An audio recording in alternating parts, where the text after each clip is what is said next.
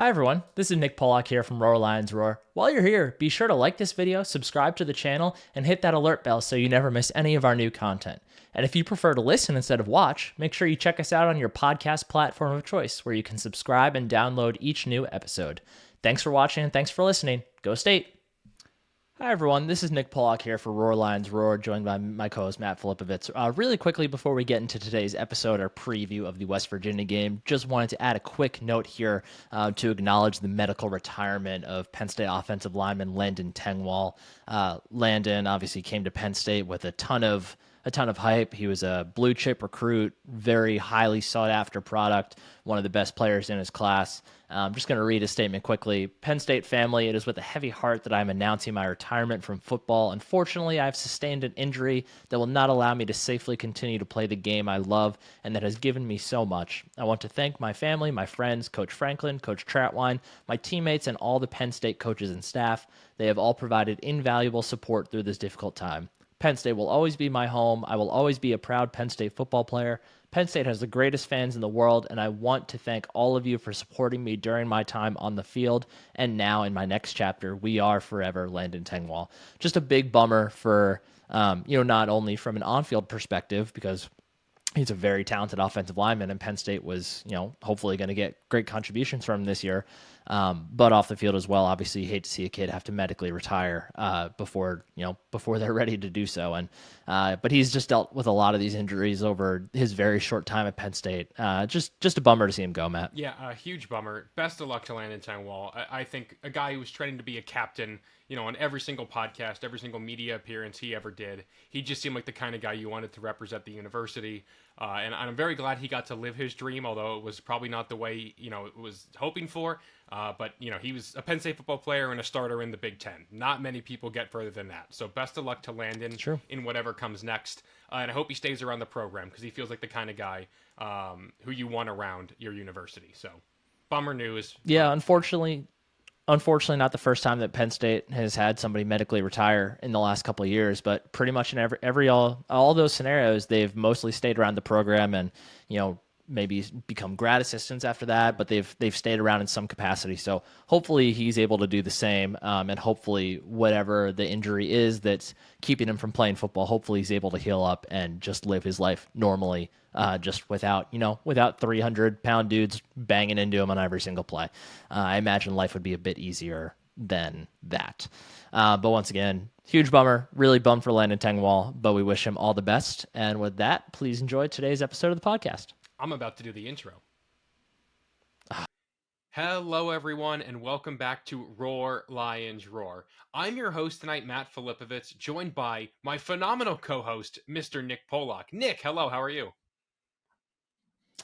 I am doing okay. I'm very hyped about the fact that Penn State plays in just a couple of days. I'm less hyped about the fact that while in first place in the American League West in August for the first time since I believe 2003, the Mariners decided to lose last night to the Oakland Athletics while I was in attendance to drop back to a tie for first place. So that's not great, but in terms of Penn State, I'm doing great. The Mariners and an August meltdown are nothing new, and I can say that as a Phillies fan. I got to watch my team blow like a lead 3 times today against the Angels, so the American League West remains an enemy for all of us.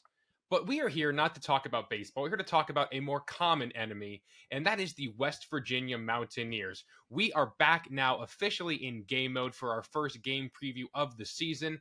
If you're new here, or if you haven't already, be sure to hit the like button, hit the subscribe button if you're watching us on YouTube, leave a comment down below. Be sure to follow us on Twitter over at RLRblog, and subscribe to the podcast on your favorite podcast platform of choice. We're going to be here at least 2 episodes a week.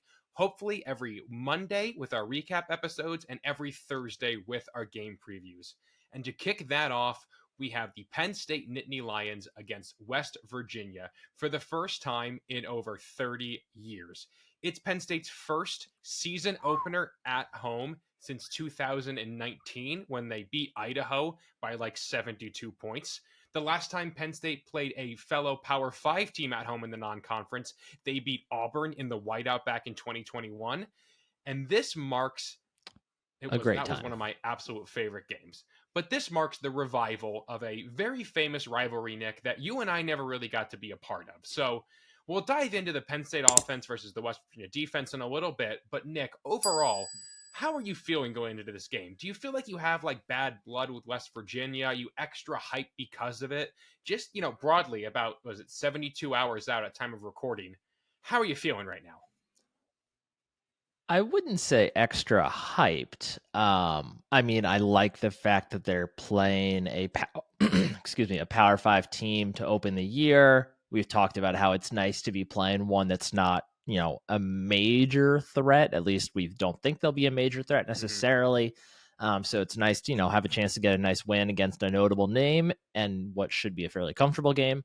As far as bad blood, I don't. If anything, I kind of like West Virginia because they have a fun little rivalry with Pitt, and it's fun to root against Pitt. So if anything, I kind of like West Virginia. Yeah. And I did actually ask my parents did not go to Penn State. My wife's parents both went to Penn State, and like my wife grew up basically being taught like, no, like you hate Notre Dame. It's not a choice. Like you hate Notre Dame. So I asked them, I was like, do you have similar feelings about West Virginia? And they were like, no, I mean, we like they remember playing West Virginia a lot, and they remember, the rivalry, obviously, but they don't really have any negative feelings toward them either. So I'm curious about like the fan base pulse at large in regards to that. Which I think makes a night game so much more intriguing. I think it makes it just a really fun way to revive this once storied rivalry. And like I said, the game is going to be at 7:30 Eastern time. Make sure we get that out there because Nick, neither you nor I are in Eastern time. So 7:30 Eastern time on NBC. I believe it's the first Beaver Stadium game to be on NBC. So I believe it's Noah Eagle and, oh my goodness, the quarterback. Nick, help me out here. What's his name? Todd Blackledge. Oh my God, I'm sorry, Todd. Todd Blackledge on the call here in just a couple of days. So, Nick, let's dive right in. A big part of this game is going to be a not revamped, but a more or less new look Penn State offense. And there's a lot of players returning. Probably the biggest departures are Juice Scruggs at center, Brenton Strange at tight end, Parker Washington and Mitchell Tinsley at wide receiver, which real quick, all of those guys officially made NFL rosters this week. Big shout out to Mitchell Tinsley, especially from going undrafted to now being in the NFC East with the Washington Commanders. Thrilled for that guy. Really, really excited that he gets to go out there and prove it. And of course, Sean Clifford. I forget if I mentioned him or not, but Sean Clifford has moved on after 6 years in Happy Valley, 4 as the starter, and rewriting the record book. And Nick, we'll start off with the Penn State offense attacking that West Virginia defense. Some quick notes on West Virginia. They run a 4-2-5 scheme, so not unlike what Penn State likes to run. They call like their safety linebacker hybrid player, if I'm understanding it correctly, the Bandit. So that's a kind of a newer position I haven't really seen listed on a roster outside of West Virginia's. Their leading tackler is a man named Lee Koba, who is back for another season, and their second and third leading tacklers are 2 safeties. But the number 2 tackler with 66 tackles is Aubrey Burks, and he is back. And also Sean Martin along their defensive front is back. The corners are all new, but they did bring in a couple of transfers, a guy from Minnesota and a guy from Kent State. And Nick, we'll flip it over to you. What do you want to see from this Penn State offense as they try to attack a West Virginia defense that was not exactly great last year? They finished ranked outside of the top 100 in scoring. Yeah, and real quick too, I think they have the Bandit. I think they also have a position they call the Spear. Is the other one, correct? And that looks like it's going to be manned by our old friend Lance Dixon, who is somehow only a redshirt sophomore. I think the COVID year is in there too. So I think he has 6 years of eligibility. So that would make sense. Mm-hmm. So it's an interesting situation with this West Virginia defense because, like you said, they were not good last year, and they lost their best player, probably multiple of their best players from a bad defense a year ago. You're talking about Dante Stills, I'm assuming. Yes. And they also lost, I believe, basically their entire cornerback room. That's a tough look when you're going to run the 4-2-5. Now, obviously, the 4-2-5, like the 5 can be made up of, 3 safeties instead of 3 corners like we often see from Penn State. But still, that's a lot of pressure on a secondary that's being rebuilt a bit, And I don't know that it's going to kill them all that much in this game because I think Penn State's going to try to focus on running the football, but it's at least an interesting point, and I actually think that when Penn State does drop back to throw the ball, I think we're going to see a good amount of Yep. play action because I think we're going to see a lot of Nick Singleton, a lot of Katron Allen early, obviously. And I think, to just get Drew Aller a little bit more protection than he might have otherwise, I think, Yurcich is going to lean on that play action.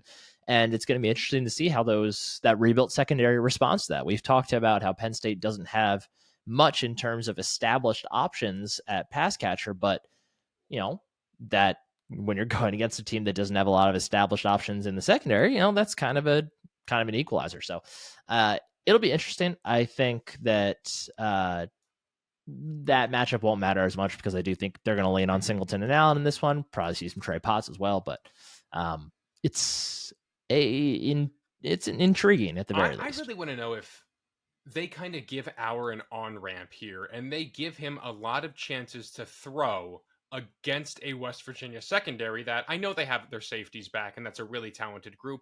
But with these new corners, if they give him this opportunity to go out there and really spin the pill, I really want to know if they feel like their receivers can build Spin the confidence in this pill. game because they're really going to have this game and the Delaware game before it really ramps up against Illinois. Not to overlook West Virginia, but when you're breaking in new corners like that, especially in a night game in Beaver Stadium, that's your opportunity to go out there and try to make a couple really big plays. So I could see it being like, Sure. 22 passes for Drew Aller feels like the sweet spot. And then I think we're going to see a ton of the two outstanding sophomore running backs in Singleton and Allen, and then a good amount of Trey Potts as well. I think the goal is to keep everybody just as healthy as they can for as long as they can.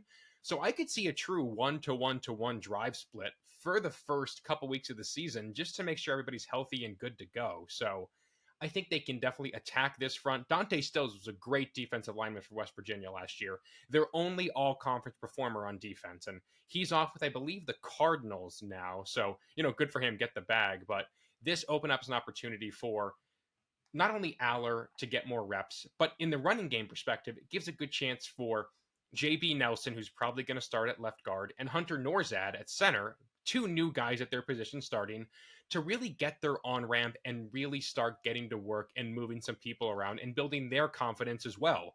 So there's two different ways to look at it. You can either build confidence with these new guys up front, or you can build confidence with Drew Aller and these receiving core. And I think it's gonna be a pretty even split, but I'd lean towards, especially when Aller's in, them going to the air a little bit more often than, let's say things get out of hand. Not that I'm confident that they will, but I can see them leaning on the running backs if the game stays close. If they keep West Virginia at like 10 points away, Nick, what do you think? They'll kind of go to the air a little bit more just to get that confidence up. Yeah, I 10 points, 14 Mhm. points. Sure, I could see that. My gripe with what you said was going to be like, yeah, we don't expect a ton from West Virginia this year, but they're not bad enough to Yeah, sleepwalk exactly. against. So I don't love the idea of just like saying, hey, Drew, let's just keep throwing the ball until it works because it very well might Mhm. not work, and you don't want to lose to West Virginia. But if I do agree. I think if they, like, let's say in the third quarter they're up, I don't know, let's say they build like a 28-13 lead, something like that, where you would maybe typically see them just hammer the run, try to eat some clock, all that stuff. I could see them continuing to throw the ball, to your point about, so just to, try to get him comfortable, let Drew Aller build his rhythm with his receivers in game situations, let them, continue to get used to getting open for him, receiving the ball the way that he's going to throw it, all that stuff. So in that regard, yes, I do agree And with that. then we'll flip over real quick and we'll talk the Penn State defense versus this West Virginia offense. Um, like Penn State, technically, I guess, West Virginia has not named a starting quarterback. We expect it to be Garrett Green, who's listed at 5'11, 202 pounds, a real dual threat kind of guy. Calling plays is going to be Chad Scott. He's a new offensive coordinator here. He was the running backs coach here for quite a while. And Garrett Green started the final two games of the year. They split them. They lost to Kansas State, but then they went on the road and beat Mike Gundy's Oklahoma State team in Stillwater. And in those two games, they averaged 25 points. So they put up points. And Green did not finish that Oklahoma State game, I Correct. believe. I believe he got hurt during that game, so he didn't Correct. But he finish was it. still Yeah. out there, and he's still the one that went out there and led the team out to eventually get a win. Over at running back, they have CJ Yeah. Donaldson, who we see like former safeties move to running back. We see quarterbacks move there. Utah's backup running back is a former quarterback. Very rarely do you see the tight end to running back move, and that's what CJ Donaldson is. Last year, he had 87 carries for 526 yards and 8 scores. So, pretty good touchdown to carry ratio. He's taking over now as the full-time guy. Also, Justin Johnson Jr. can also play a little bit back there. Receiving wise, it's a pretty bare cupboard. Cortez Braum is the leading receiver, and he had under 150 yards for them last year. I'm sorry, leading returning receiver is probably the best way to word that. But to help bolster that attack, they brought in Devin Carter, who Penn State fans will remember as an NC State transfer who was committed and I believed enrolled at Penn State for like the span of like 72 hours, not very long at all. And also Rodney Gallagher out of Southwestern Pennsylvania, who is a true freshman down there and will be a part of that passing game, no doubt about it. Neil Brown never really used tight ends when he was at South Alabama. Or I'm sorry, was he at Troy? Yeah. When he was in the Sun Belt, he never really used tight ends that well, but they brought in a transfer from LSU, Cole Taylor. Started 7 games for the Tigers last year. Not that much production, but West Virginia has a very, very, very, very good offensive line led by Zach Frazier, their center, who is preseason first team All Big 12.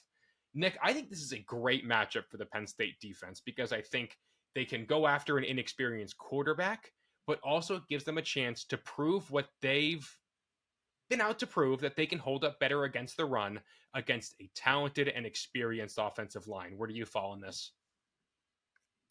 Yeah, for me, it's not so much about whether they can be better against the run. I'm more concerned, first of all, if they equal what they did last year against the run, considering the fact that you lose PJ Mustipher and Nick Tarbert, you lose your 2 best run defenders on the line.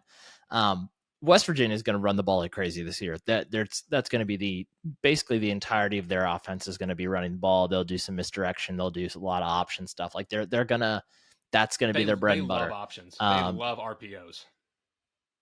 Yeah. And real quick, just, I know you mentioned the CJ Donaldson, former tight end, just to give people kind of a mental picture of what that looks like before the game starts. He's about 15 pounds heavier than both Katron Allen and Nick Singleton. He's a big dude back there. He's going to be tough to bring down, as you would expect from a former tight end switching to running back. But yeah, this is a really good chance for the Penn State defensive line to prove that they can hold up against the run, especially a run game like what West Virginia is going to bring, which requires you to not only, be a good run defender, but it requires you to be disciplined because they're going to try to do whatever they can to get you out of position and take advantage of you that way, rather than trying to just,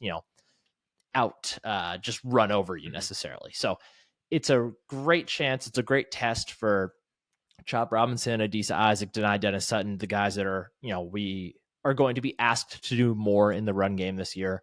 That's an interesting matchup. You mentioned Zach Frazier, all Big 12. Also, former future Penn Stater Doug Nestor has been on the line there. He's been there for a long time. He'll be back this year. Great player.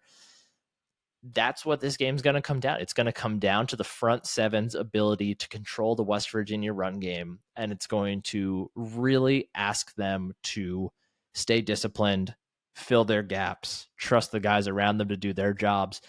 And I like that as an opening day, challenge. The only real gap on the Penn State defense last year was the run defense at times. So it's nice to get a chance to, step 1 is proving you can match last year. Step 2 is proving you can be better. So we'll see what we get as far as that goes, but it's a nice opening game, matchup for them because they're going to have to be even better against Illinois and Iowa. So I like this start for the Penn State 2 points defense. I want to hit. The way West Virginia really wants to play is that, especially in the new game where possessions are limited thanks to the running clock on first down, there's about 6 fewer plays a game expected on average. West Virginia, if they're going to... Even though the game time and commercial time is no shorter. Exact same, which is... commercial time is longer. But West Virginia, if they're going to pull the upset here and win this game, and again, Penn State is basically a 3-touchdown favorite, 20.5 at time of recording, they're going to try to limit possessions and control the clock and dictate the pace of play in this football game.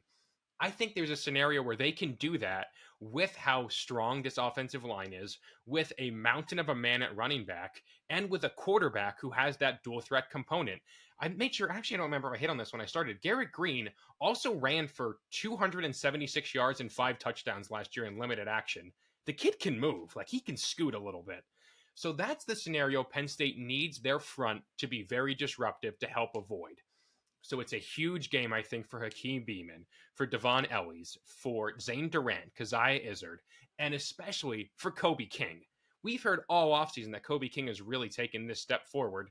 This is going to be the kind of game where he can go out there and, what do you think, Nick? In a game like this, your middle linebacker can push 15 tackles. Doesn't feel unrealistic?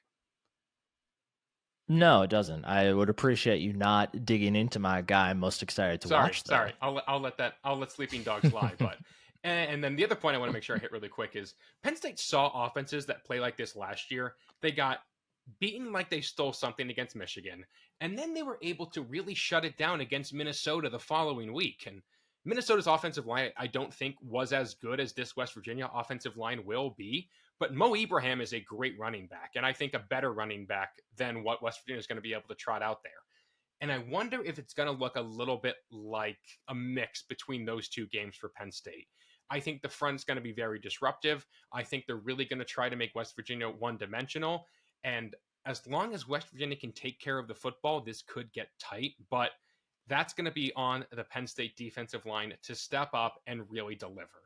And speaking of things that always deliver, Nick, let's talk about our friends over at Home Field Apparel. Home Field Apparel is our podcast sponsor, and they make some of the coolest and sleekest collegiate apparel in the marketplace today.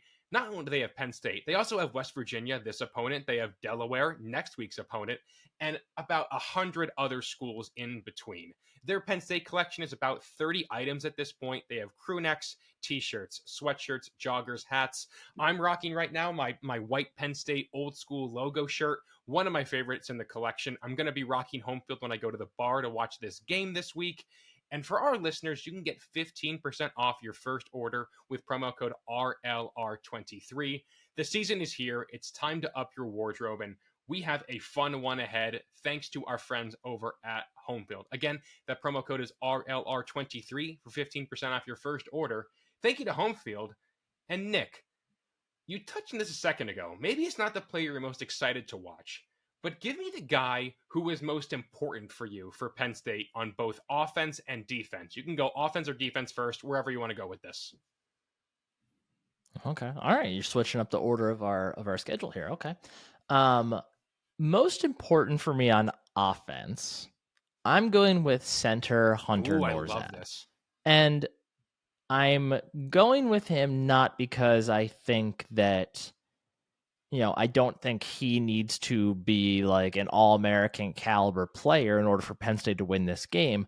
I'm going with Hunter Norzad, one, because they are going to lean on the run, and it's going to be his job to help, coordinate the entire offensive line, get everyone moving in the right direction. But more importantly, it's going to be his first, actual game with Drew Aller as the starter, a brand new starter to the quarterback position behind him. It's also going to be his first game starting maybe Correct. His first game starting at center. He might have started one last year. Okay. Yeah, his first game starting at center for Penn State. He is going to, and when you factor in the night game whiteout environment too, there's going to be a lot going on. And Drew Aller has experience in some of these games. He had to come in and play immediately against Purdue last year. That was on the road, night game, tough environment. So it's not like Drew Aller hasn't done this before, but it's a bit different when it's your first game as the starter. And I'm sure Drew Aller is very aware of the expectations that are being placed upon him right now. So really, it's Norzad's job to make Drew Aller's life as easy as possible. This West Virginia defense is not all that scary, but he can still, do a lot to make Drew Aller's night easier, whether that's through his own play or just identifying blitzers, all that good stuff that comes with the center position. It's a very taxing job. I'm really looking forward to watching him.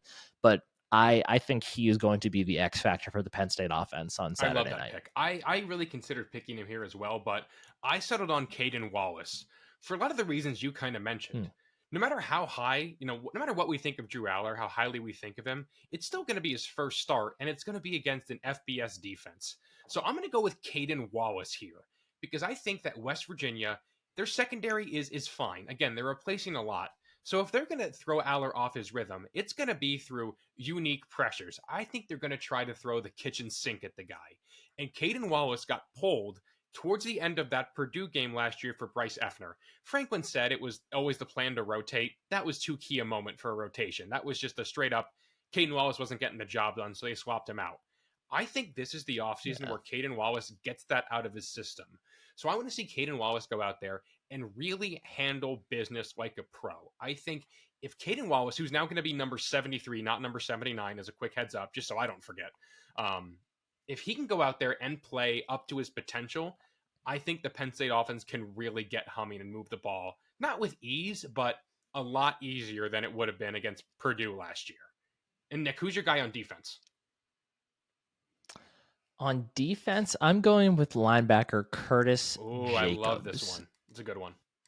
I'm going with Jacobs because when you think about traditional linebacker roles, when you think about the guy at the will, Abdul Carter, yeah, he's going to make plays in the run game as well, but primarily his job is to be, in terms of getting the backfield, primarily he's going after the quarterback. That's kind of the role that he plays.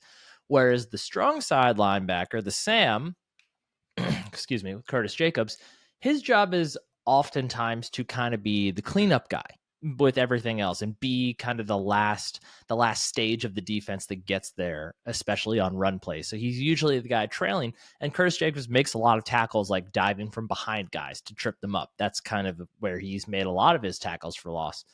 So against a team that's going to, like we've said, a lot of misdirection, a lot of option, all that stuff, going to run the ball a lot, he's going to be really important, and he's going to be in position to make a lot of plays behind the line of scrimmage.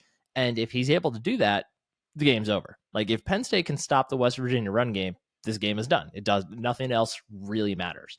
So I'm going with Curtis Jacobs. That's a really good pick. I love that pick. For me, most important player, I'm going to give it to Hakeem Beamon in the middle. Again, everybody who listens to this podcast, unless it's your first time, in which case, hello, thank you for joining us. But everybody knows how much I love Hakeem Beamon.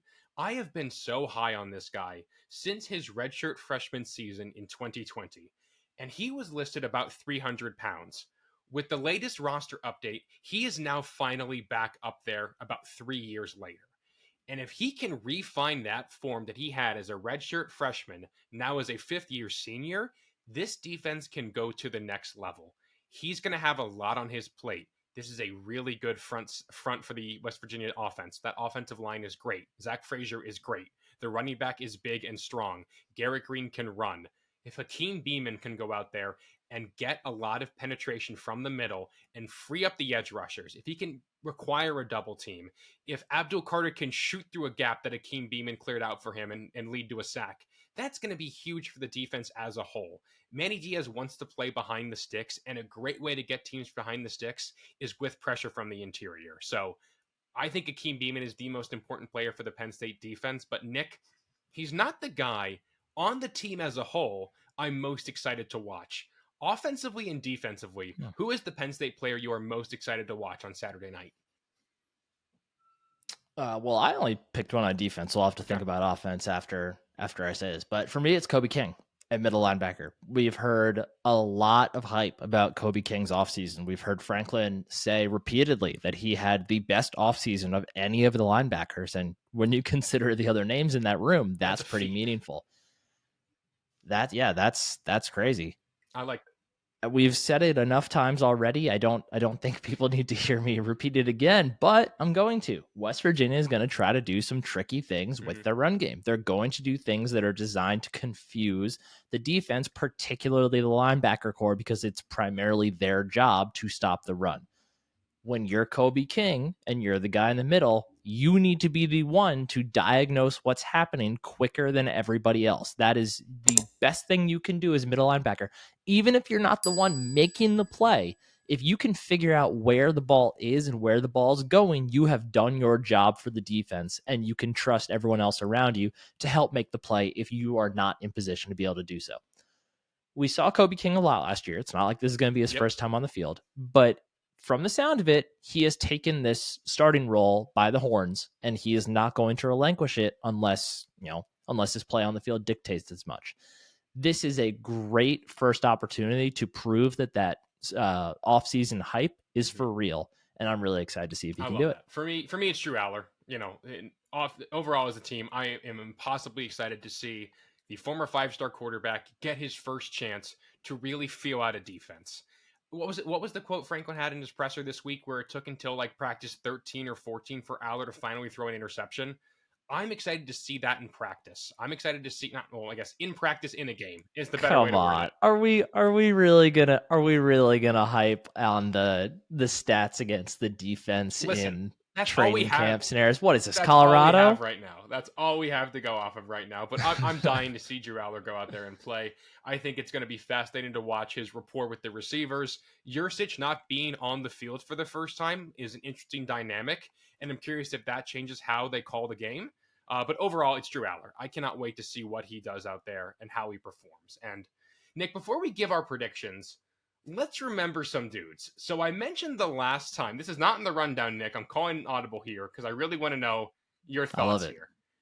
Penn State's last season opener at home was a 79-70 win over the University of Idaho Vandals. Do you know what you just said?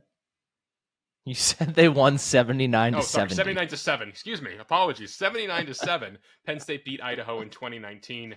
Nick, can you name every player to score a touchdown in that game for Penn State?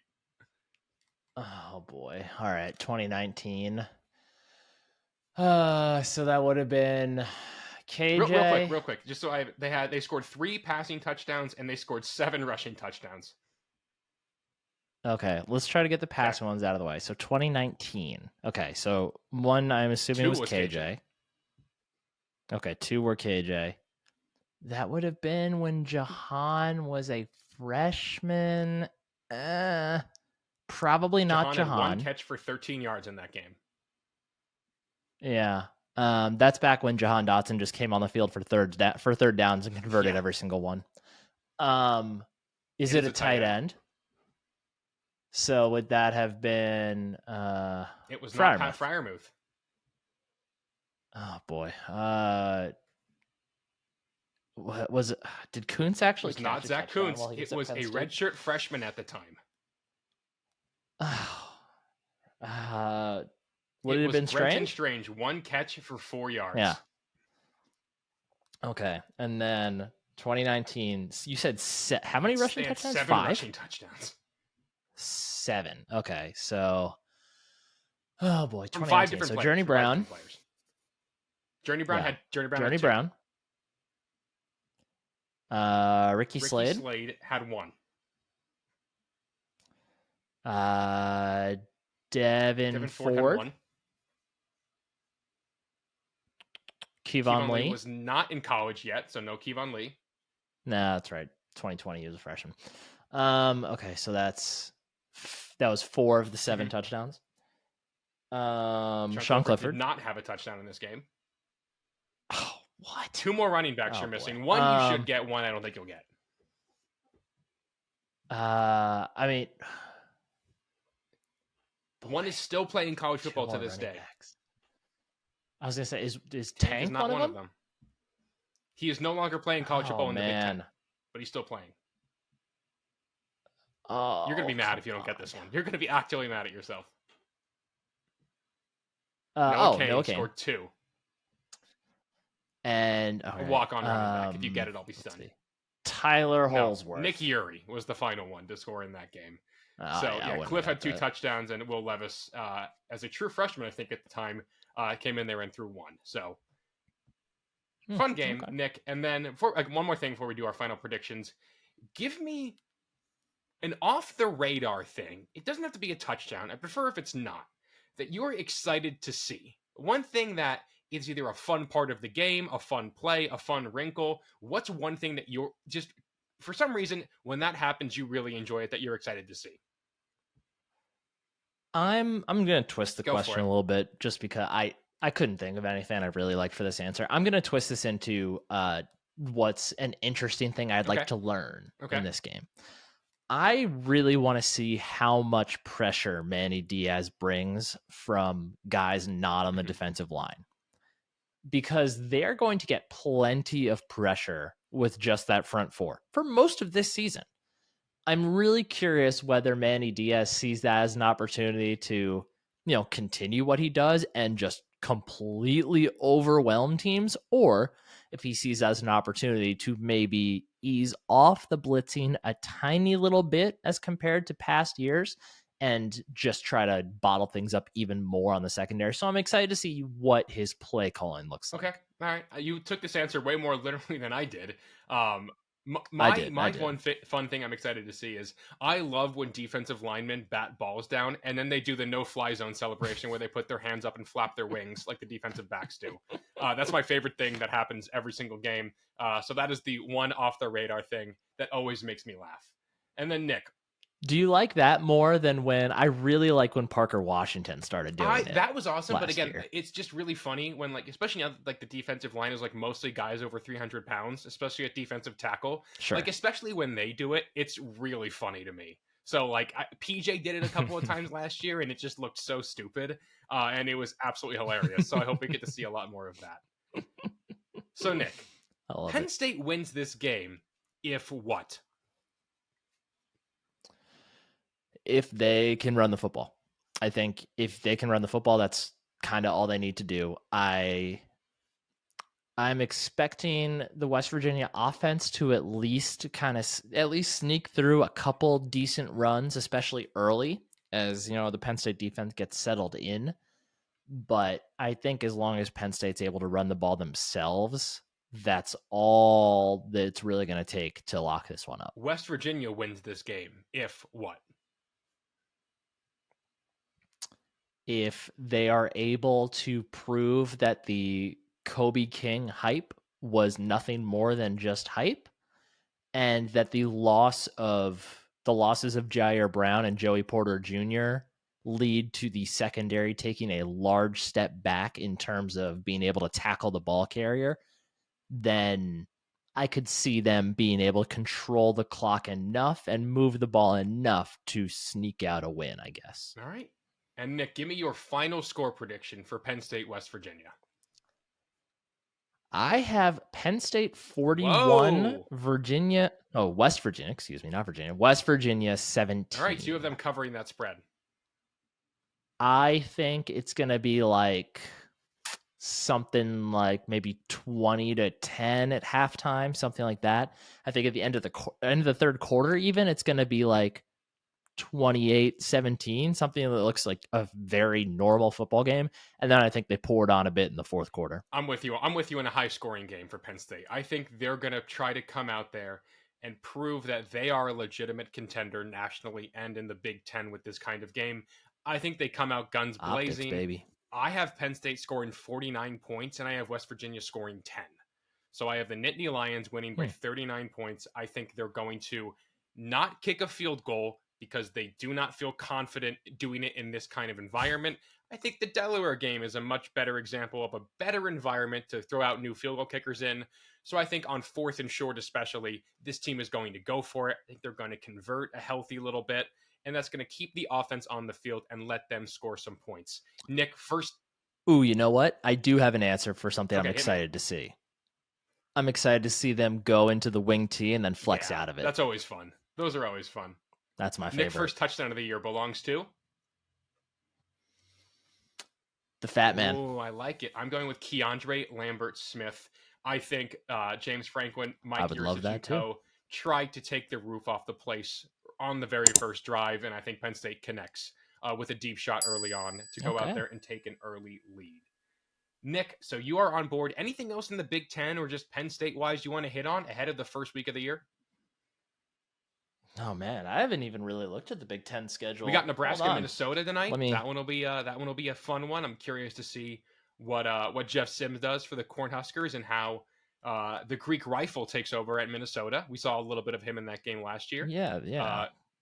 It's an interesting way to define the word fun, but okay. Michigan plays on Peacock.